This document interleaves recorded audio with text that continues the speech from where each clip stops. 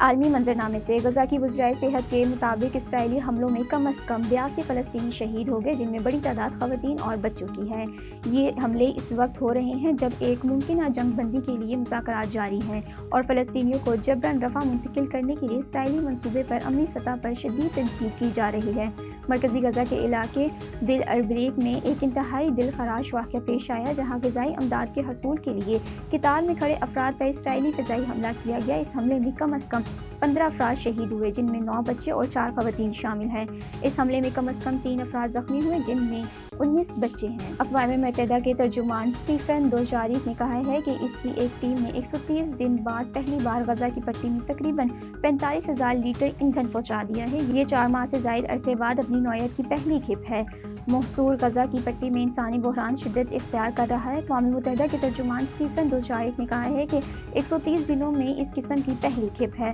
دوجاریک نے مزید کہا کہ ایندھن کی مقدار توانائی کی ضروریات کے لیے ایک دن کے لیے بھی کافی نہیں ہے۔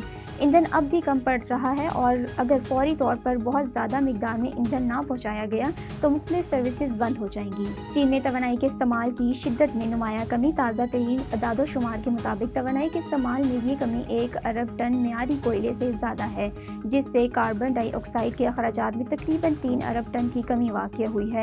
مزید تفصیلات جانتے ہیں بیجنگ سے شاہد افراز خان کی رپورٹ میں۔ چین نے 2012 کے بعد سے توانائی کے استعمال کی شدت میں 26% سے زیادہ کمی لائی ہے، جو دنیا میں تیز ترین شہروں میں سے ایک ہے۔ تازہ ترین ڈیٹا کے مطابق توانائی کے استعمال میں یہ کمی تقریباً 1.4 ارب ٹن معیاری کوئلے کے مساوی ہے، جس سے کاربن ڈائی آکسائیڈ کے اخراج میں تقریباً 3 ارب ٹن کی کمی واقع ہوئی ہے۔ 14ویں 5 سالہ منصوبے 2021 سے 2025 کے آغاز سے اہم شعبوں میں توانائی کے استعمال کی پیداواری کارکردگی کو مسلسل بہتر بنانے، چین کے توانائی ڈھانچے کے سبز اور کم کاربن والے ٹرانسفارمیشن کو زور دینے اور توانائی کی بچت اور کاربن میں کمی کے حوالے سے مثبت نتائج حاصل کرنے پر کام کیا گیا ہے۔ سال 2024 میں چین کی توانائی کے استعمال کی شدت اور کاربن اخراج کی شدت میں پچھلے سال کے مقابلے میں بالترتیب 3.8% اور 3.4% کمی ہوئی، جبکہ 14ویں 5 سالہ منصوبے کے پہلے 4 سالوں میں یہ اوسطاً بالترتیب 11.6% اور 9.3% کم ہوئی۔